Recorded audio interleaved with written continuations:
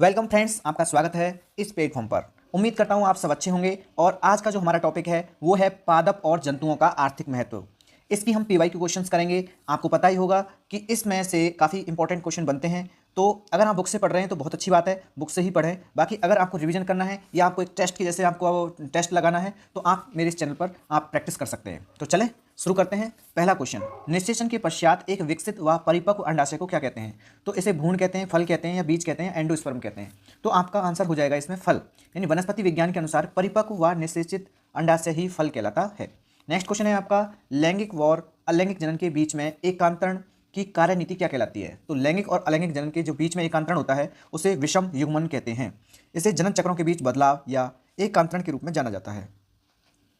Next question है आपका, समसूत्री विभाजन मीटोसिस या माइटोसिस में सबसे लंबी प्रावस्था कौन सी होती है? जब समसूत्री विभाजन की बात करें तो आपकी जो सबसे बड़ी अवस्था होती है वो होती है प्रोफेज। प्रोफेज यानी कि पूर्वावस्था सबसे जटिल और लंबी अवधि तक चलने वाली अवस्था होती है। तीसरा है आपका, चौथा क्वेश्चन है, कौन से प्राणी में मुकुलन यानी कि बडिंग द्वारा अलैंगिक जनन होता है? तो आप मुकुलन के लिए बताओ किसका नाम देंगे आप? प्लाज्मोडियम, हाइड्रा, अमीबा या लीसमीनिया? तो आपका उत्तर हो जाएगा इसमें हाइड्रा। हाइड्रा में क्या होता है? मुकुलन पाया जाता है। ठीक है। नेक्स्ट क्वेश्चन है, मुकुलन आपको पता ही होगा क्या होता है। इसके शरीर पर एक उभार उत्पन्न होता है और वहां से एक नए जीव को उत्पत्ति होती है, विकसित हो जाता है। ठीक है। नेक्स्ट क्वेश्चन है, निम्नलिखित में से कौन सा एक कोशिकीय यानी यूनिसेलुलर जीव नहीं है? यूग्लिना, पैरामीशियम, हाइड्रा या अमीबा? तो आपको पता ही है कौन सा होगा इसमें। पैरामीशियम भी एक कोशिकीय है, अमीबा भी है और यूग्लिना भी है। तो आपका उत्तर हो जाएगा इसमें भी हाइड्रा। कौन है आपका? हाइड्रा। अगला क्वेश्चन है, पादपों में कायिक प्रवर्धन की इकाई निम्नलिखित में से कौन है? तो पादपों की कायिक प्रवर्धन किस में होता है? भूस्त्री है, बल्ब है, प्रगंध है या ये सभी हैं? तो पादपों में जो कायिक प्रवर्धन होता है यानी कि जो कलम लगाई जाती है तो वो इन तीनों से लग सकती है, भूस्त्री माध्यम से या बल्ब के माध्यम से या प्रगंध के माध्यम। तो उपयुक्त सभी। तो आपका उत्तर हो जाएगा डी। नेक्स्ट क्वेश्चन है, निम्न में से कौन से हार्मोन पशु हार्मोन की श्रेणी में आते हैं? तो पशु हार्मोन देखो, थायरोक्सिन है, साइटोकाइनिन है, एड्रेनलिन है, एस्ट्रोजन है, ऑक्सिन है। तो बताओ क्या जवाब होगा आपको। एक चीज़ तो ध्यान रखो, साइटोकाइनिन तो क्या होता है? पौधों की वृद्धि से संबंधित हार्मोन है। तो दो जिसमें नहीं है उसको हटाओ। तो सेकंड हट जाएगा, थर्ड और सब हट गए, यानी कि फर्स्ट ए आंसर हो जाएगा, फर्स्ट, थर्ड और फोर्थ। यानी थायरोक्सिन एक पशु हार्मोन है। इसके अलावा आपका 3 में क्या दे रखा है आपको? एड्रेनलिन है और एस्ट्रोजन, ये क्या है आपके? पशु हार्मोन है। इसके अलावा प्रोजेस्टेरोन भी होता है और कौन से हैं आपके? थायरोक्सिन होता है, सब इसके ही हैं। तो अब आगे बढ़ते हैं। निम्नलिखित में से कौन सा औषधीय पौधा नहीं है? तो औषधीय पौधा कौन सा नहीं है बताओ इसमें से? ऑस्मियम संकटम, कुरकुमा, लौंग, कोरचोरस, कैप्सुलारिस या इम्बालिका ऑफिसिनालिस? तो आपका उत्तर बताओ क्या होगा। तो इसको आप याद रख लें, कोरचोरस। थर्ड ऑप्शन आपका सही है। यह एक सफ़ेद जूट है जिसका उपयोग मुख्य रूप से रेशे प्राप्त करने के लिए होता है।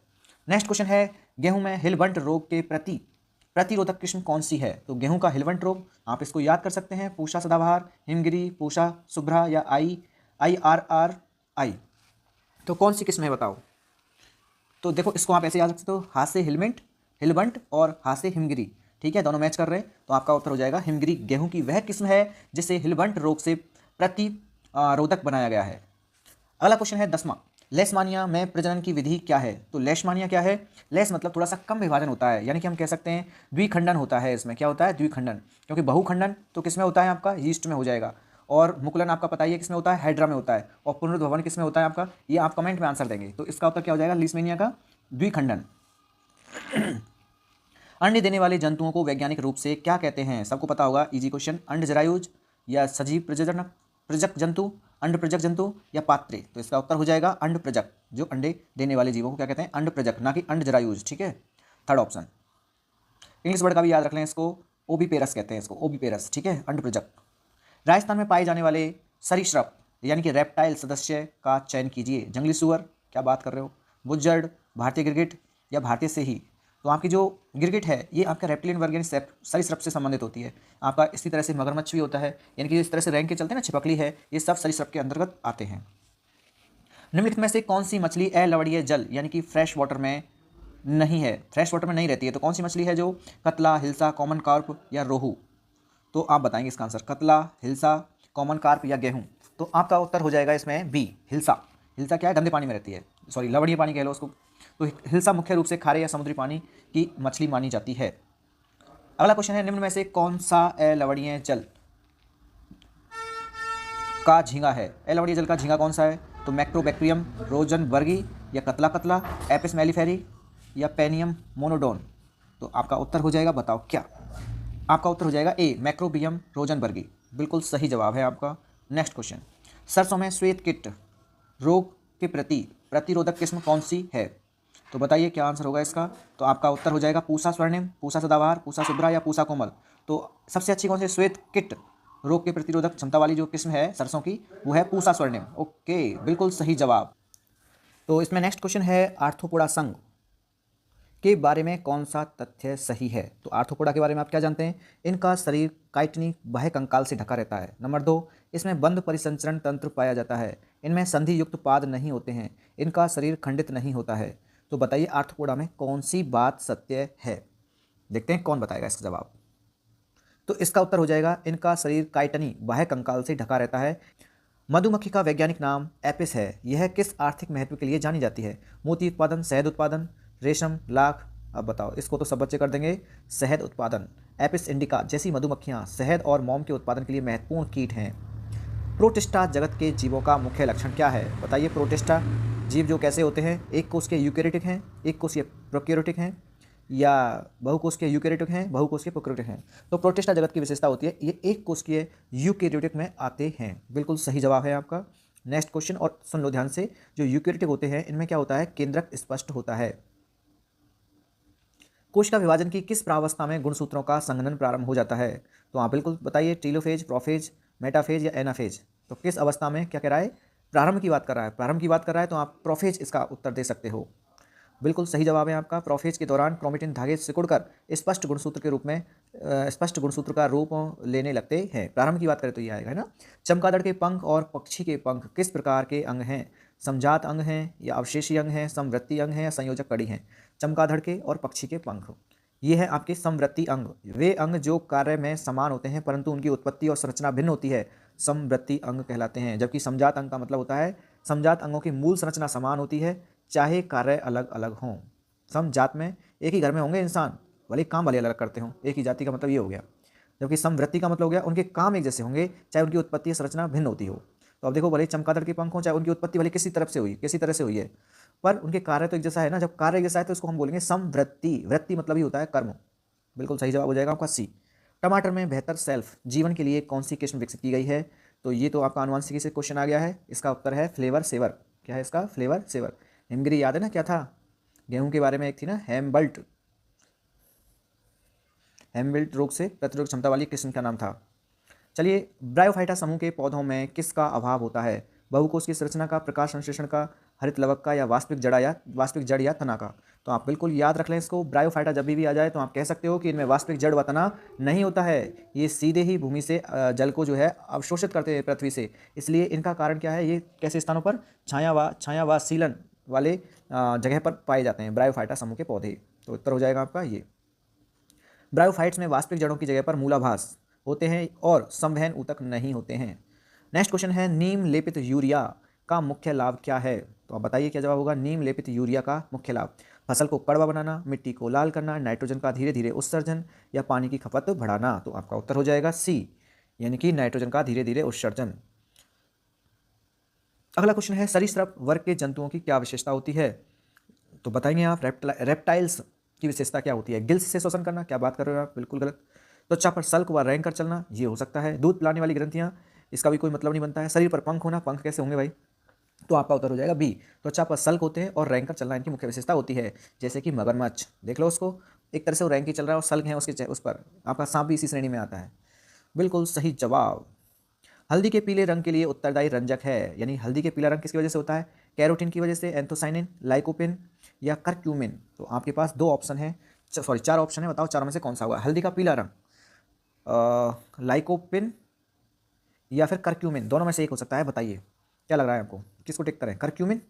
चलो, तो आप कहते हो तो करक्यूमिन को कर देते हैं। बिल्कुल सही जवाब है आपका भाई साहब। ये एक औषधीय गुण का पादप है और इसकी वजह से इसका क्या होता है? पीला रंजक, मतलब पीला रंग होता है ना, करक्यूमिन की वजह से। अगला क्वेश्चन है, अलवणीय जल यानी कि फ्रेश वाटर की मछली रोहू का चुनाव करें।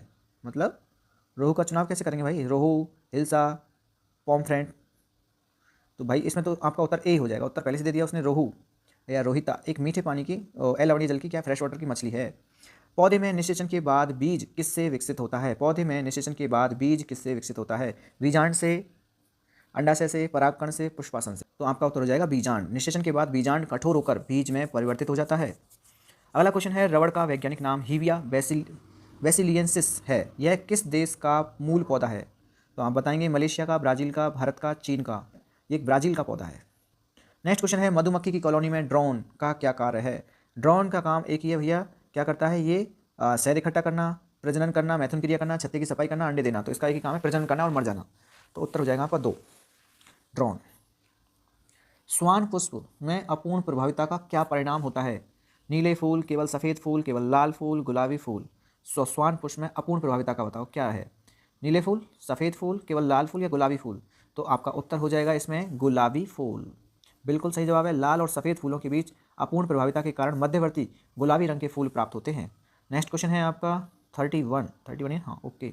एनिलिडा संघ के जीवों का शरीर कैसा होता है? एनिलिडा संघ के तो भारी शक्त कवच वाला, कांटों से भरा, बिना खंडों से चिकना, खंडों से बटा हुआ है। नेक्स्ट क्वेश्चन है, कोश का विभाजन के दौरान एनाफेज प्रावस्था में क्या होता है? तो एनाफेज में क्या होता है? क्रोमेटिन का ध्रुवों की ओर जाना। बिल्कुल सही जवाब है आपका पहला ही। तो क्रोमेटिन का क्या होता है? ध्रुवों की ओर जाना एनाफेज अवस्था में होता है। नेक्स्ट क्वेश्चन है आपका ब्रायोफाइटा को पादप जगत के उभयचर क्यों कहा जाता है?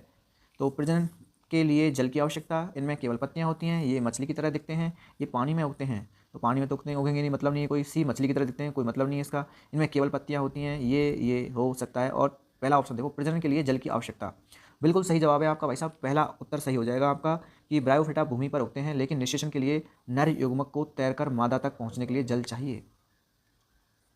सरसों पादप के बीज से तेल निकालने के बाद बचा हुआ हिस्सा क्या कहलाता है? तो सरसों के पादप के बीज से तेल निकालने के बाद भाई सबको पता है इसका, पराग, भूसा, खली या छिलका? तो खली होती है, वो भैंस खाती है ना उसको। मीथेन गैस का उत्पादन करने वाले जीवाणु कहाँ पाए जाते हैं? साफ बहते पानी में? क्या बात कर रहे हो, मीथेन तो हमेशा गंदे पानी में होती है, जहाँ सड़ली वो गाय भैंस का जो कचरा होता है, मल होता है, उसमें मीथेन गैस निकलती है। तो सफाई का तो कोई मतलब ही नहीं है। अगला तो आपका उत्तर हो जाएगा इसका, बताइए। साफ बहते पानी में, पशुओं के रूमेन या दलदली स्थानों में, पहाड़ों की चोटियों पर, गर्म रेगिस्तान पर? तो आपका उत्तर हो जाएगा पशुओं के रूमेन और दलदली स्थानों पर मीथेन गैस का उत्पादन होता है। नेक्स्ट क्वेश्चन है आपका, आलू और शकरकंद किस प्रकार के अंगों का उदाहरण है? समवृत्ति अंग हैं, समजात हैं, अवशेषी अंग हैं, आनुवांशिक अंग हैं? तो आपका उत्तर दोनों में से होने वाला है, या समवृत्ति या समजात। तो बताओ क्या होगा आपका जवाब? तो उत्तर होना चाहिए इसका समवृत्ति अंग। दोनों का कार्य भोजन संग्रहण है, लेकिन आलू रूपांतरित तना है जबकि शकरकंद रूपांतरित जड़ है। अगला क्वेश्चन है, सोडियम बेंजोएट का उपयोग खाद्य पदार्थों में क्यों किया जाता है? परिरक्षक के लिए, स्वाद कड़वा करने के लिए, रंग बदलने के लिए, विटामिन बढ़ाने के लिए? तो सोडियम बेंजोएट का उपयोग किया जाता है परिरक्षक के रूप में, प्रिजर्वेटिव के रूप में इसका यूज किया जाता है। सोडियम बेंजोएट क्या करता है? सूक्ष्म जीवों की वृद्धि को रोककर खाद्य पदार्थों को लंबे समय तक सुरक्षित रखता है। गाय की नस्ल बॉस इंडिकस की प्रमुख पहचान क्या है? तो बताओ, केवल सफ़ेद रंग, गुलकंबल का अभाव, छोटे कान या चर्बीदार कुबड़? तो आपका उत्तर होगा, बताओ क्या? चर्बीदार कुबड़। भारतीय नस्ल की गायों की पहचान उनके कंधे पर स्थित उभरे हुए कुबड़ से होती है। नेक्स्ट क्वेश्चन है, पौधों में कायिक प्रवर्धन का क्या अर्थ है? फल का पकना, केवल बीजों से पौधा उगना, जड़ तना पत्ती से नया पौधा बनना? आप कहें तो मैं टिक कर दूं इसी पर। बिल्कुल सही जवाब है आपका।